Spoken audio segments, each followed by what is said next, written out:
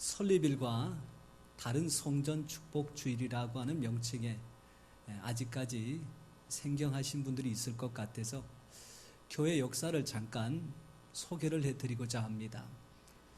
아마 소개를 해드리면 왜 성전 축복 주일이라는 날을 이렇게 따로 지키는가 아마 공감이 충분히 되실 거라 그렇게 생각이 됩니다. 우리 목양교회는 1988년 1월 31일 원로 목사님의 사택에서 예배를 드림으로 교회가 개척이 됩니다. 교회가 개척되고 나서 얼마 지나지 않은 그해 3월 달에 사당 5동 230-16번지 2층으로 이전하여 첫 번째 별도의 예배당에서 예배를 드리게 되지요. 다음 장면입니다. 우리 목사님 아실 텐데. 요거예요, 요거. 움직이면 안 돼요. 여기 첫 번째 예배당입니다. 목사님 사택에서 이제 별도의 예배 처소를 마련한 공간이죠. 그리고 1995년 10월 22일 사당 4동 316-4번지 소위 말하자면 농협 2층이라고 하는 표현을 자연스럽게 쓰고 있는데 그곳으로 이전하여 10년 넘는 세월 동안 하나님께서 베풀어 주시는 귀한 은혜로 교회는 부흥하고 성장하여 참으로 귀한 복된 시간을 갖게 됩니다. 그러는 가운데 2001년 9월 3층에 있는 75평을 교육관과 식당으로 확장해서 교회가 비록 세를 살고는 있지만 아주 건강하고 또한 힘있는 교회의 역량을 충분히 갖추어가는 그런 시대가 됩니다. 그런 가운데에 사당동 71-3번지 지금 주소로 말하자면 동작대로 35가길 26번지로 2009년 9월에 교회를 이전하게 되는데 이 이전의 모습이 지금까지는 세를 살았습니다. 그러니까 교회 건물의 주인이 따로 있었다는 이야기죠. 주인이 따로 있으면 새들은 사는 입장에서 신경 쓸 게 한두 가지가 아닙니다. 여러분들 그렇게 생각을 해주시면 공감이 되실 거예요. 20년 넘는 세월 동안 새들어서 살다가 드디어 내 집이 마련이 됐습니다. 그리고 그곳에 가서 예배를 드릴 때에 20년 세월을 함께 동고동락했던 그 성도 한 사람 한 사람이 하나님께서 나에게 주신 복된 교회라고 하는 마음으로 예배를 드릴 때에 그것이 어찌 큰 감격이 안 되겠습니까? 그래서 그 날짜를 우리는 하나님께서 우리에게 주신 축복의 날이라 그래서 성전 축복 주일로 오늘까지 10년 넘는 세월 동안 이렇게 함께 지켜오고 있습니다. 교회가 세 번의 예배당과 또한 예배 처소로 네 번째 옮기면서 우리 목양교회 역사는 단 두 가지로 정리가 됩니다. 하나는 하나님께서 준비하셨다. 교회 장소를 준비하시고 거기에 함께 예배드릴 하나님의 사람들을 준비하시고 교회가 감당해야 될 귀한 사역들을 준비하시사 하나님 앞에 영광, 성도는 기쁨, 지역사회에 참 좋은 소문나는 교회로 우리 하나님께서 준비하여 주셨다. 그래서 첫 번째는 여호와의 이레입니다. 그리고 또 한 가지는 우리가 이곳에 교회를 함께하고 지금까지 이렇게 건강하게 지내올 수 있는 것은 하나님께서 여기까지 우리를 도우셨다. 그래서 에베네셀의 하나님을 고백하고 있습니다. 사랑하는 성도 여러분, 우리 목양교회가 여호와의 이르로 말미암아 준비되어졌고 또한 에베네셀로 말미암아 도와주셔서 여기까지 이르렀다면 우리 목양의 그늘에 있는 모든 성도들에게도 하나님은 여호와의 이레의 하나님이신 줄 믿습니다. 우리의 삶을 준비하시고 이끌어주시는 하나님께서 도와주시니 삶의 고백이 에베네셀의 하나님, 앞으로도 그 하나님께서 우리를 도우시고 인도하여 주셔서 천국 가는 발걸음까지 친히 주장하여 주실 줄 믿습니다. 사실 저야 이런 교회의 역사를 눈으로 직접 목격하지는 못했습니다. 우리 원로 목사님을 통해서 말씀을 듣고 우리 장로님 그리고 안수 집사님, 권사님들의 이야기 한마디 한마디를 들어서 아, 그러셨군요. 참 감사한 시간들이었네요. 그렇게 이제 후일담으로 듣는 게 전부이지요. 그러니 제 입장에서는 이런 인사를 좀 드려도 괜찮지 않을까 싶어요. 앞장서서 수고하셨던 원로 목사님, 그리고 함께 사역했던 우리 당매원 장로님들, 그리고 우리 모든 성도님들 참으로 수고 많이 하셨고, 그리고 이와 같은 귀한 역사에 진심으로 감사를 드립니다. 또한 그 가운데서 이름도 빛도 없이 교회의 손과 발이 되어 여러 곳을 살피고 최선을 다하여 헌신과 섬김을 감당했던 우리 모든 성도님들, 보는 사람은 없었습니다. 봐주는 사람도 없었습니다. 인정해주는 사람도 별반 없었습니다. 그러나 말씀대로 은밀한 중에 보시는 하나님께서 갚으실 때에 주의 손이 큰 줄로 믿습니다. 그 큰 손이 넓고 강한 역사로 은밀한 중에 행하신 모든 헌신들을 때가 되매 갚아주시니 그 갚아주시는 열매가 30배가 되고 60배가 되고 100배가 되는 놀라운 복이 되는 줄 믿으시기를 축원합니다. 여러분, 이런 날 우리는 서로를 향해서 이렇게 인사 나누는 것이 좋을 것 같습니다. 성전 축복 주일까지 함께 해주셔서 감사합니다.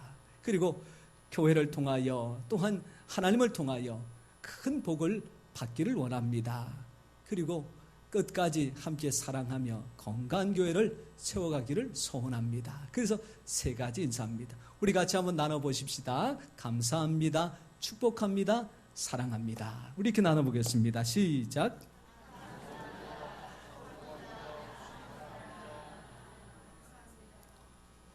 그 1부 예배 성도님하고 2부 예배 성도님은 좀 다르신 것 같아요. 1부 예배는 멍석을 깔아드려도 어색해가지고 못하시던데 멍석을 안 깔아드려도 잘 하시니 우리 다시 한번 더 해보겠습니다.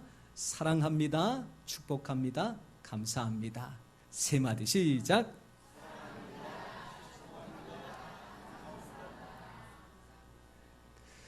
이런 성전을 통하여 우리의 귀한 생각과 마음을 정립케 하여 주시되 오늘 말씀해 보니까 이런 감격과 기쁨으로 공감하는 한 사람의 귀한 고백이 시편 84편 1절부터 하나하나 기록되어지고 있습니다.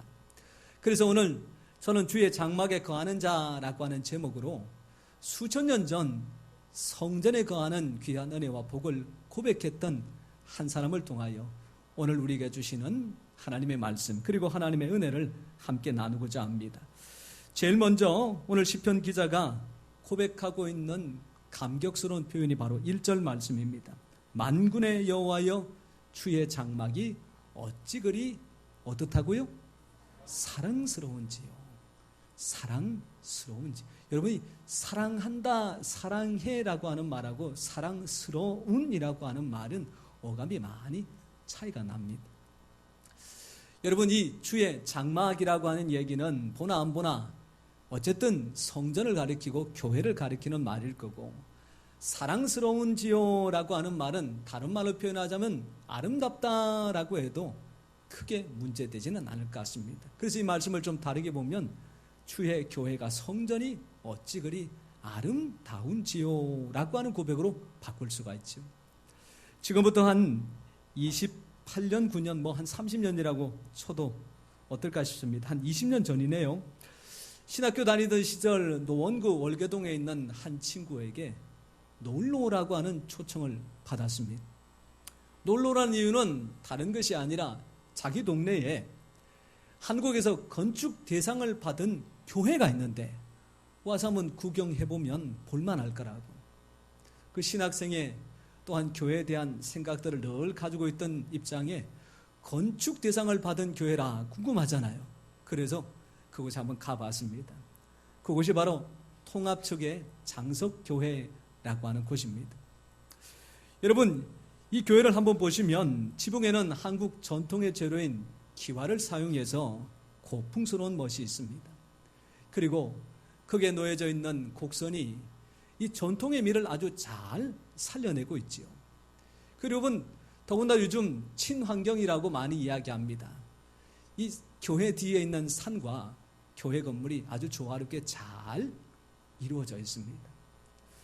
저 교회 다니는 성도님들은 주일이면 도시락을 싸서 예배를 마치고는 바로 교회 뒤에 있는 산으로 올라가 삼삼오오 짝을 찍어서 도시락을 먹으며 오후 때까지 시간을 보내다가 집으로 돌아간다고 하니 하루에 여러 가지 일들이 교회를 통해서 다 이루어지는 거 참 부럽기도 하고 참 보기도 좋다라는 생각을 가졌습니다.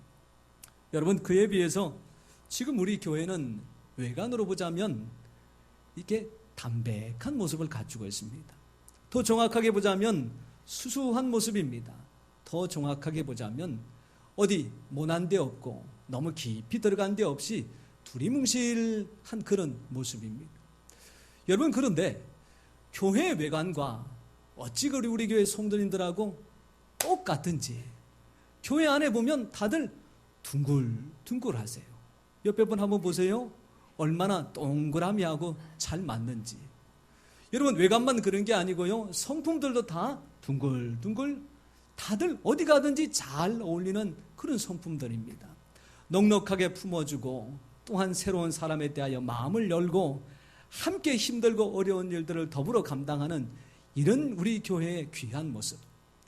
건물의 아름다움을 가지고 논할 것이 아니라 성도의 귀하고 복된 모습이 교회를 생각할 때에 얼마나 아름답고 얼마나 사랑스러운지. 사랑하는 성도 여러분, 우리 교회가 그렇게 사랑스럽고 하나님 앞에 아름다운 교회라는 사실을 꼭 믿으시기를 축원합니다. 여러분, 교회가 이렇게 담백하니까 얼마나 좋은 장점이 있는지, 제가 어제 한 집사님에게 전화를 받았는데 걱정이 이만저만이 아니셨던가 봐요. 목사님, 교회 어떻습니까? 교회 혹시 날아가지 않았습니까? 그리고 종탑, 이 종탑이 흔들흔들 한다는 것을 어찌 들으셨는지, 종탑은 괜찮으신지. 여러분, 종탑 오늘 오시면서 보셨을 거 아니에요. 어떠시던가요? 멀쩡합니다. 어제 교회 바람 분다 그래가지고 어떻게 교회를 좀 잘 관리를 해야 되는데 싶어서 돌아다니면서 교회에 열려있는 창문은 창문대로 다 닫고 문은 문대로 다 닫고 그 다음에 자물쇠를 딱 잠그고 나니 더 이상 교회를 굳이 살피면서 구석구석 돌볼 이유가 없어요. 왜요? 교회 건물 자체가 아주 단순하기 때문에 그렇게 창문과 문만 닫아도 어지간한 태풍 때문에 굳이 피해를 볼 만한 일들이 하나도 없다는 얘기입니다. 사랑하는 성도 여러분, 오늘 시편 기자가 고백하는 것처럼 주의 성전을 사랑하고 아름답게 여겨 하나님 앞에 귀한 믿음과 신앙으로 인정을 받는 우리 성도님 되시기를 축원합니다. 여러분, 성전을 향하여 이렇게 자기의 진실된 마음을 고백하는 시편 기자가 있는가 하면 성경에 보니까 이 기쁨을 다른 것이 아니라 바로 우리 사람들에게 표현하고 있는 한 분이 계십니다. 스바냐 3장 17절 말씀에 보니까 거기에는 두 가지로 나눌 수 있는 말씀이 나오는데요, 앞부분에는 하나님이 어떤 분이시냐고 하는 말씀이고 뒷부분에는 그 하나님께서 어떤 감정을 가지고 우리를 보시느냐라고 하는 두 가지가 나오는데, 앞에 거는 제가 읽고 뒤에 거는 여러분들이 읽어보겠습니다. 너의 하나님 여호와가 너의 가운데 계시니 그는 구원을 베푸실 전능자이시라. 여러분입니다. 시작. 이기지 못하시며 너를 잠잠히 사랑하시며 너로 말미암아 즐거이 부르며 기뻐하시리라 하리라. 아멘. 여러분, 아들이 사랑스러우세요? 손주가 사랑스러우세요? 딸아들 키울 때는 예쁜지 안 예쁜지 사실은 살펴볼 겨를들이 없었다 그럽니다. 그렇게 길러놓은 아이가 이제는 결혼하여 드디어 손주를 낳았습니다. 이 간호사 품에 안겨서 아직 눈도 제대로 뜨지 못하는 그 손주를 보는 할아버지와 할머니의 표정이 열 아들 낳은 것보다 더 밝고 환하다는 거, 이게 여러분 거짓말입니까? 진짜입니까? 그 진짜예요. 왜냐하면 자식은 키워야 된다라고 하는 부담감 내지 책임감이 먼저기 때문에 예쁜 거는 예쁜 거고 감당해야 될 사실 무게가 굉장히 큽니다. 근데 손주는 키운다라는 생각보다는 그저 사랑해주고 베풀기만 하면 그것이 전부라는 생각 때문에 그 아이를 보는 순간 그렇게 기쁘고 즐겁다는 거죠. 우리 하나님께서 우리를 보실 때에 말하자면 상사병이 나셨다라고 하는 고백이 바로 이 고백입니다. 사랑하는 성도 여러분, 하나님께서 나 때문에 상사병이 나셨다면 그 사랑받는 우리가 그것 하나면 족하지 않겠습니까? 우리가 교회를 사랑하여 그리고 하나님 앞에서 귀한 믿음의 삶을 살아갈 때에 주님께서 그것 하나면 족하다라고 말씀하신다면 교회를 사랑하는 일에 열심히 최선을 다하는 것, 첫 번째로는 우리 하나님을 기쁘시게 하는 일이요, 하나님을 기쁘시게 한 자에게 베풀어 주시는 하나님의 귀한 복을 받는 비결인 줄 믿습니다. 이처럼 교회를 사랑하고 함께 하셔서 주님의 크신 은혜를 받고 누리는 우리 모든 성도님 되시기를 축원합니다. 여러분, 이렇게 교회를 사랑한다고 고백했던 시편 기자가 한 가지 더 자기의 마음을 고백하는 표현이 3절 말씀입니다. 여러분, 이 3절 말씀에 보면 우리가 참 듣고 싶은 이야기, 그리고 참 마음속에 두고 싶은 한 단어가 나오는데 그 단어가 뭐냐 봤더니 보금자리라고 하는 이야기입니다. 보금자리. 여러분, 살기에 편안하고 아늑한 곳을 표현하는 말이라고 하는 이야기가 보금자리인데, 사실 이 보금자리를 마련하기 위해서 20년, 30년 동안 얼마나 애쓰고 많이들 노력하셨습니까? 여러분, 시편 기자가 성전문에 있는데 어느 날 새 한 마리가 성전으로 날아 들어오더니 거기에다가 둥지를 틉니다. 얼마 지나지 않아서 한 마리가 더 날아와서 둘이가 같이 살더니 어느 날 알을 깠어요. 그리고 시간이 더 지나니까 새끼가 나왔습니다. 여기저기서 벌레를 물어다가 그 새끼를 키우는 모습을 이렇게 쳐다보면서 참 보기 좋다, 그리고 참 행복하게 보인다라고 하는 생각이 들면서, 야, 참새도 제비도 저 성전에서 둥지를 틀고 일가를 이루는 모습이 저렇게 행복하고 복되게 보이는데 나도 이 성전에서 하나님의 안식처를 누린다면 그 어찌 기쁘고 즐겁지 않겠느냐고 하는 것이 이 시편 기자의 고백이지요. 여러분, 이 시편 기자의 고백을 통해서 한 가지 생각해 볼 게 있습니다. 이렇게 우리에게 삶의 안식처와 또한 평강, 보금자리를 마련해 주기 위해서 애쓰고 수고하셨던 예수님은 정작 이 땅에 오셔서 보금자리를 가지고 생활하셨을까? 예수님은 그렇지 않았다고 솔직하게 말씀을 하셨어요. 여우도 굴이 있고 공중에 나는 새도 거처가 있는데 나는 머리 두고 편안하게 두 다리 뻗고 잠잘 곳이 한 군데도 없었다. 이게 예수님의 솔직한 표현입니다.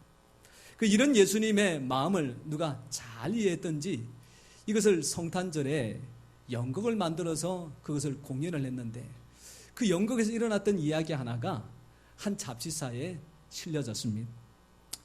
이 윌리라고 하는 소년이 크리스마스 연극에 참여하게 되는데 이 아이는 나이는 초등학교 4학년 나이인데 지능이 조금 부족하여 2학년 아이들과 같이 생활을 합니다. 선생님들이 어떻게 하든지 이 아이에게도 역할을 맡겨야 되겠는데 대사를 많이 줬다가는 실수하여 연극을 망칠 수도 있고 여기에 주역을 맡기기에는 사실은 역량이 부족하니 그럴 수도 없고 고민하다가 아이한테 단 한마디 대사가 있는 여관 주인을 맡겼습니다. 그 여관 주인이 하는 일은 딱 이겁니다.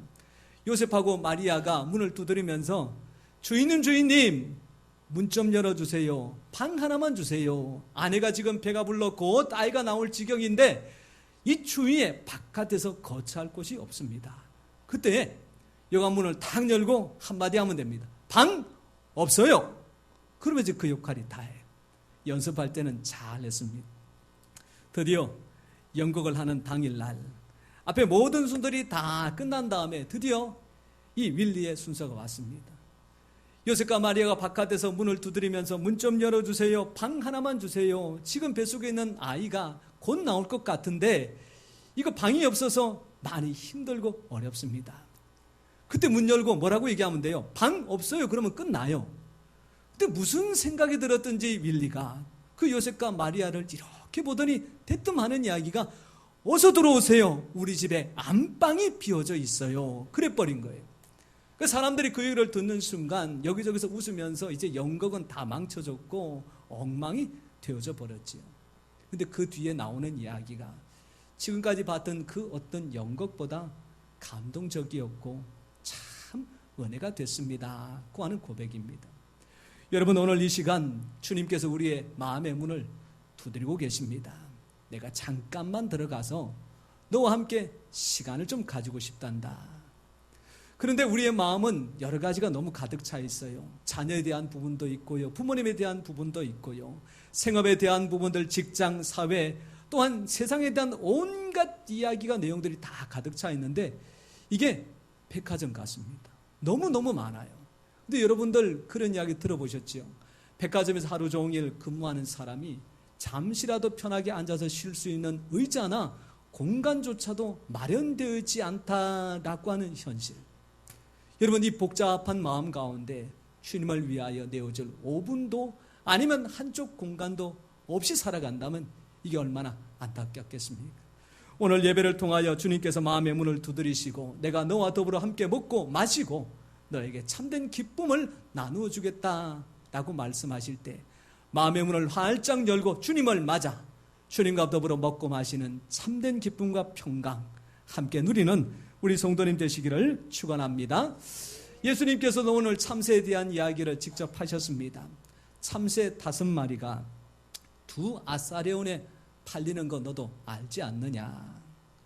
여러분, 이 아사리온이라고 하는 단어는 그 당시 건장한 남자 하루치의 일당에 해당되는 데나리온의 10분의 16분의 1에 해당되는 겁니다. 여러분, 계산을 내보니까 참새 한 마리가 오늘날로 표현하자면 2,400원 가격입니다. 2,400원 가격, 좀 더 정확하게 보자면 치킨의 다리 하나가 아마 계산으로 치면 한 2,000원, 3,000원 정도 하지 않을까. 그만큼 참새라는 것이 그렇게 귀하지 않다는 얘기예요. 그런데 어떻게 해요? 이렇게 귀하지 않은 참새가 성전에서 둥지를 틀고 보금자리를 만들 때에도 우리 하나님께서 어떻게 해요? 허락을 해주신다는 얘기입니다. 그것을 가지고 뭐라 그러지 않는다는 얘기예요. 그것을 가지고 타박하지 않는다는 얘기입니다. 사랑하는 성도 여러분, 우리는 그 참새에 비하면 얼마나 더 귀하냐 주님께서 말씀하십니다. 그런 우리가 주님 앞에 나와서 평안을 구하고 안식을 구할 때에 지난 한 주간의 삶을 우리 주님 묻지도 따지도 않으시고 그저 그 사람에게 필요한 평강과 안식으로 오늘 교회를 통하여 예배를 통하여 필요한 대로 꼭 허락해 주시는 줄 믿습니다. 제가 4층 목양실에 앉아 있는데 한 번은 목양실 바깥 베란다에 비둘기 한 마리가 날아왔습니다. 이상하다 싶어서 가만히 살펴보니까 이 비둘기가 걷는 모습이 조금 불편해요. 보니까 한쪽 다리가 다쳤습니다. 이 다쳐도 얼마나 다쳤는지 발목 아래 부분들이 없는 상태예요. 그래서 보니까 덩치도 별로 크지 않아요. 근데 얼마 있지 않아서 그보다 좀 덩치가 큰 녀석이 날아와서는 먼저 왔던 비둘기 옆에서 같이 왔다 갔다 하면서 둘이가 사이좋게 지내고 있습니다. 그래서 제 생각으로는 친구 비둘기가 이렇게 다쳤으니까 같이 와서 시간을 보내주고 있는 참 좋은 모습이구나 싶어서 봤더니 2마리가 처박고 있는 모습에 이 앞집 할머니가 옥상 위에다가 고추를 말리고 있더라고요. 그러니까 저기 비둘기 2마리는 정작 거기서 뭐를 지켜보고 있었을까요? 고추. 저 할머니만 없어지면 고추씨 발라먹겠다고. 근데 할머니가 보통 내기가 아닌지 이 비둘기 2마리가 그날 몇 시간 동안 고추씨는 그냥 쫄쫄 굶고 있더라고요. 그래서 제가 주방에 가서 쌀을 조금 갖고 와서 거기다가 뿌려주고 자리를 살짝 비꾸고 다시 갔더니 이 2마리가 그게 놓여져 있는 쌀을 한 톨도 안 남기고 싹 다 먹어 치웠더라고요. 여러분, 제비 다루고 줘줬더니 흥부는 뭘 받았습니까? 박씨 받았잖아요. 나는 호박씨라도 받을까 싶어서 봤는데 남긴 거는 똥밖에 없어요. 그래서 다음부터 절대로 쌀 한 톨도 내가 안 준다고. 여러분, 그런데 그 베란다에 있는 난간이 사실은 그렇게 안전하지는 못합니다. 비둘기가 그저 앉았다가 잠시 머물다가 가는 것 전부지 만약에 사람이 올라갔다 그러면 거기에 떨어져서 큰 사고 나죠. 그런데 비둘기에게는 그 난간도 쉴 수 있는 안식처가 되더라는 얘기입니다. 사랑하는 성도 여러분, 우리 삶이 지난 중을 많이 고달팠을 때에 오늘 주님 앞에 드려 예배하는 이 자리, 이 시간이 하나님께서 나를 위하여 마련하신 안식처가 되는 줄 믿습니다. 여러분, 많은 사람들로 인하여 힘들고 어렵게 살았던 우리의 인생 가운데서 피난처를 찾을 때에 오늘 우리 목양교회가 바로 그 사람에게 언제나 한결같은 피난처가 되는 줄 믿습니다. 그런 귀한 피난처와 안식처가 된 우리 교회를 통하여 하나님이 주시는 크고도 놀라운 은혜를 날마다 먹고 마실 때에 마음은 풍성하여지고 육체는 강건해지며 그가 가는 가정과 삶의 모든 현장 속에서 하나님의 은혜가 풍성하게 나타날 줄 믿습니다.